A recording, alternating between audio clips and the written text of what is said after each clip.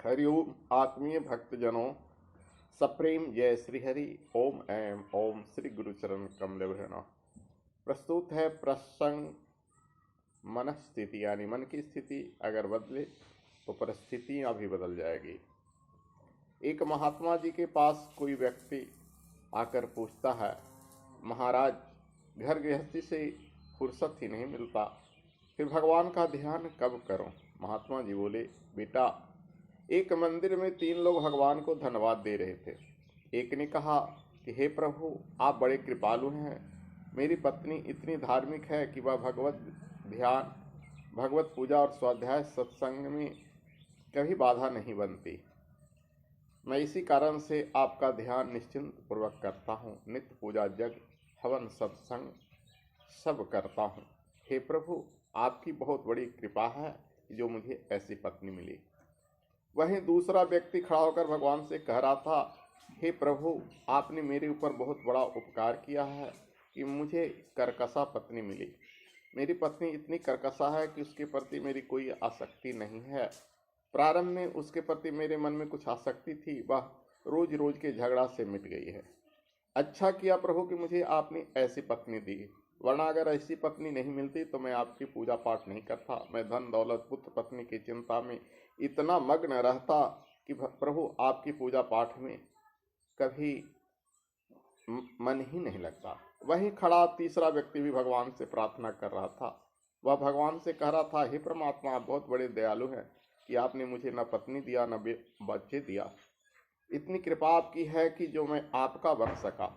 अगर आपने मुझे पत्नी बच्चे दिए होते तो मैं आपकी पूजा भक्ति कहाँ से करता। आपने बहुत बड़ी कृपा किया कि मुझे इन सब से अलग रखा। न मुझे पत्नी बच्चे की फिक्र है, न धन दौलत की फिक्र है। मैं दिन रात सिर्फ आपकी ही पूजा करते रहता हूँ।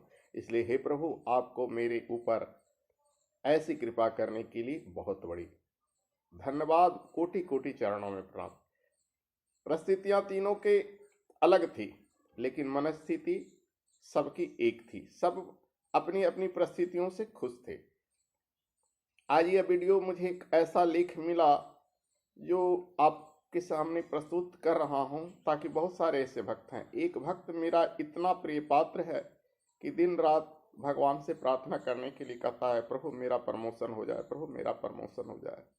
मेरी प्रार्थना करने के बाद प्रभु ने उन्हें नौकरी दे दी, लेकिन वह अपनी नौकरी से संतुष्ट नहीं है। 70-75 हजार रुपये भी उसे मिल रहे हैं, फिर भी वह व्यक्ति भगवान से संतुष्ट नहीं है, अपने से संतुष्ट नहीं है।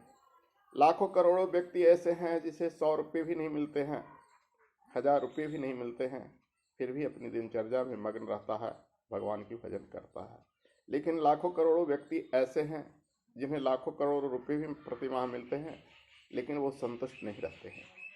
तो मुझे एक ऐसा लेख मिला जो मैं इस वीडियो में उस भक्तों तक पहुंचाना चाहता हूं जो कि अपने वेतन से, अपनी सैलरी से प्रसन्न नहीं रहते हैं, अपने कारोबार से प्रसन्न नहीं रहते हैं, जबकि उनका कारोबार बहुत अच्छा फलता फूलता है। दुनिया में जो व्यक्ति सदा संतुष्ट रहता है, मनस्थिति उसकी अगर अच्छी होती है तो परिस्थितियां अपने आप बदल जाती है।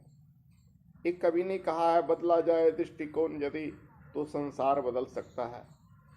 संसार में बहुत सारे ऐसे लोग हैं जो कहते हैं कि जमाना खराब हो गया, लेकिन जमाना तो वही है।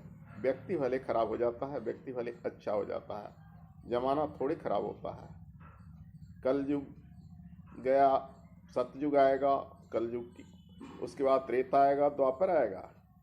युग बदलता है लेकिन व्यक्ति बदलते हैं। व्यक्ति की परिस्थितियां बदलती है तो युग वाले सतयुग कहलाता है। अच्छे व्यक्ति जिस युग में रहते हैं वो सतयुग कहलाता है, बुरे व्यक्ति जिस युग में रहते हैं कलयुग कहलाता है। व्यक्ति अगर बदल जाए, व्यक्ति अपनी परिस्थितियां अगर बदल ले तो सब कुछ बदल जाएगा। इसलिए जिस व्यक्ति को हजारों रुपया मासिक मिल रहा है वो भी जी रहा है, जिसको लाखों मासिक मिल रहा है वो भी जी रहा है, जिससे कुछ भी नहीं वेतन मिल रहा है वो भी किसी न किसी तरह से अपनी गुजर बसर करता है। इसलिए मनुष्य को अपने आप से सदा संतुष्ट रहना चाहिए। संतोषम परमम सुखम। हरि ओम तत्सत।